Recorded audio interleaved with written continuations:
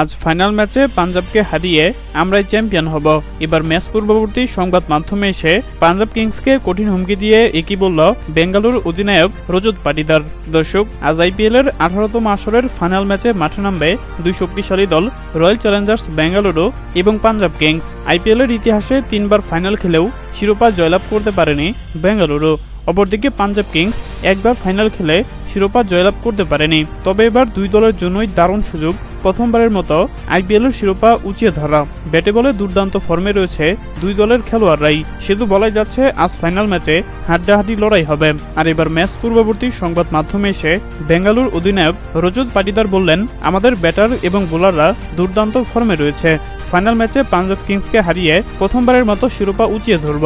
তিনি আরও বলেন, বিরাট কোহলির মতো কিংবদন্তি খেলোয়াড়কে চ্যাম্পিয়ন হয়ে শিরোপা উৎসর্গ করতে চাই। তো দর্শক, আপনাদের কি মনে হয় আজকের ম্যাচে শেষ পর্যন্ত কোন দল চ্যাম্পিয়ন হবে বলে আপনি মনে করেন?